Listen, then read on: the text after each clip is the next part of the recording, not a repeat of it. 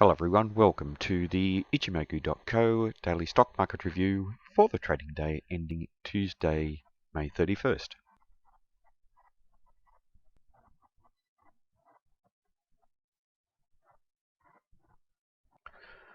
Firstly to the S&P 500 and a very large range to this candle for today, an outside day in bar chart terms where the buyers were strong enough to take out the high, but the sellers were also strong enough to just take out the low. So that creates indecision in the market. So we have strength from the sellers, strength from the buyers throughout the trading day. So a lot of indecision, suggesting that there is potential for a change of trend. We also have formation of another black body candle. It is small, but it does represent a switch away from the strong net momentum between the open and the close that was built from the previous day's trading with that white body candle. But we haven't seen the sellers take control of this market. We've seen the market here close just above the midpoint level, representing the buyers closing just with control, very weak control, but they have lost the strong control that they had for the previous day's trading, where they closed up at the highs. Now, importantly, interacting with the 2100 round number of resistance, and the rejection from here hasn't been strong. More importantly, however, we've seen upside price rejection quite stronger than the downside. The 2093 level, previous resistance level, now holding as support for this candle. So suggesting that there is an opportunity here for the buyers if they are strong enough. What we'd like to see here would be a bullish close up above 2100, and then we could see the market testing up to these levels around 2125. We do have very strong resistance from this area around the 2114 up to about the 2125 level. Now, if we do see some rejection again from 2100, obviously we do need to watch the 2093 level, and if that area is rejected, if we do see selling coming in through there, looking to the area around the top of the zone around 2079 and close to the top of the Ichimoku cloud just below around 2076 or so to hold as very strong support. Importantly, the market is bullish in all three timeframes. If we do see the market come off in line with the market being bullish in those timeframes, there is an opportunity here for the buyers to come back into the market and trade higher. Importantly, the Kijun-sen and Tenkan-sen are pointing up, reflecting some solid upside momentum in this market now. And that's the first time that we've seen any upside momentum represented by a Kijun-sen pointing up since the last 2 weeks. So we are seeing perhaps the buyers return to this market strongly. But importantly, this 2100 level is all important. Previous swing high was up close to this 2114 level. In bigger picture terms, an opportunity here for a double top to occur, but it's only confirmed if the market does close down below the lowest of the intervening troughs here around 2026. In terms of the bands, and here we see price action maintained up above the upper band, but we're still not closing up above that previous swing high that we wanted to close above, and it was around that 2100 round number. But price action is not being attracted back towards the bands, representing that the buyers still are quite strong in the market. If we do see a retracement, looking to the upper band at 2082 to hold as support.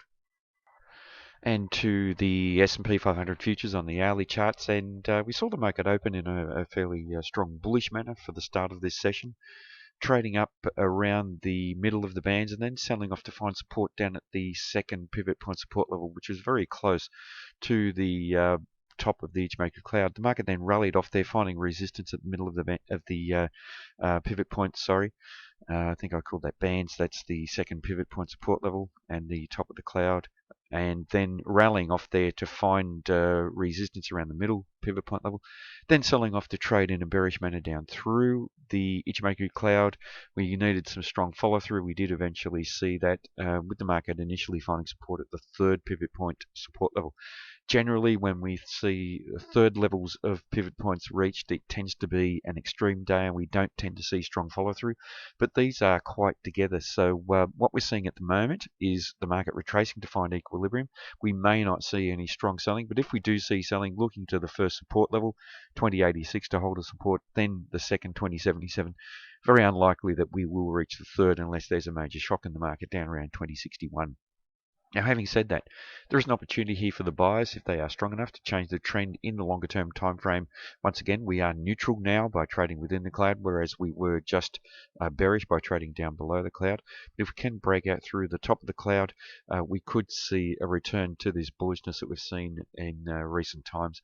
Watching the first pivot point resistance level around 2103, very close to that round number 2100, so an important area where we may see the market stall and then selling coming in.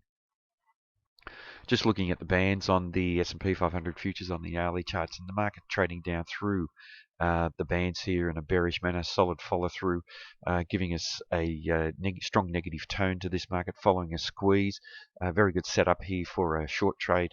The market rallying to find equilibrium around the middle of the bands and then selling off once again to test the lower levels. Importantly, looking a little overextended in depth of price action away from the bands, trading through that third pivot point resistance level, and then moving back to find equilibrium again. We have opened and continued to trade around the middle of the pivot points, as I've mentioned. We should watch the middle of the bands around 2096. Close to that round number 2100 as resistance, and if we do trade up through there, looking to the top band around 2099. Once again, close to 2100 to act as resistance. Actually, that 2096 on a smaller scale is not that close really to the 2100 level, but really the 2099 level at the top of the bands is. We have a couple of factors here increasing the potential resistance around that 2100 level, with the Ichimoku levels that we looked at previously. The 2102 level around the first pivot point resistance level, and the upper band here. Next to the Nasdaq 100, and continuation of the trend to the upside. It's not that easy to see this candle, but it is a small white body candle with a larger shadow on the bottom. It does suggest that we have continuation of the trend, with the current candle making a higher high and a higher low.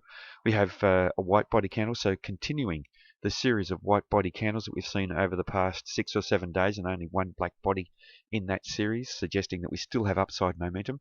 But the size of the body is less than the previous, suggesting that as we near perhaps an extreme for this trend, we are perhaps nearing termination of the trend, because the net momentum that we are continually moving to the upside with is just starting to reduce, and it is a natural process where we see trends terminate.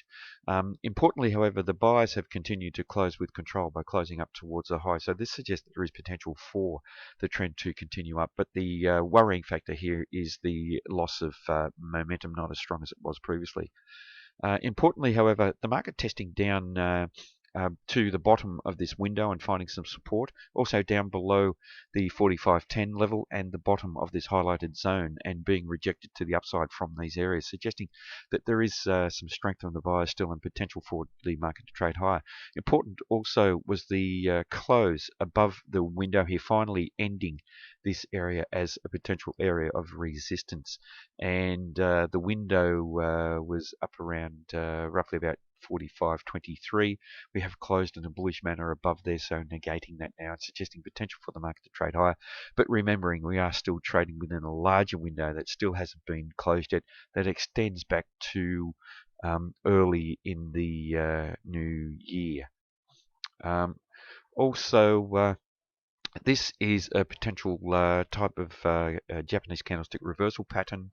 It's a potential hanging man type pattern. It's not copybook. We have a small shadow on the top, and I think the upper shadow needs to be twice the length of the body, but it doesn't matter. The implications are the same, and it's all about the rejection from the downside and the formation of a smaller body, suggesting that net momentum has ceased, and we will be looking for a change of trend. But as always, confirmation required with any of these reversals.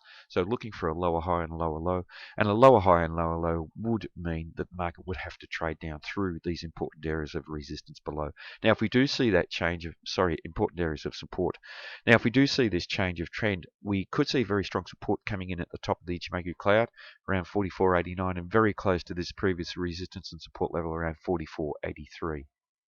Next to the bands here with the Nasdaq 100, and here previously we saw the squeeze going on. The market was set up for a move.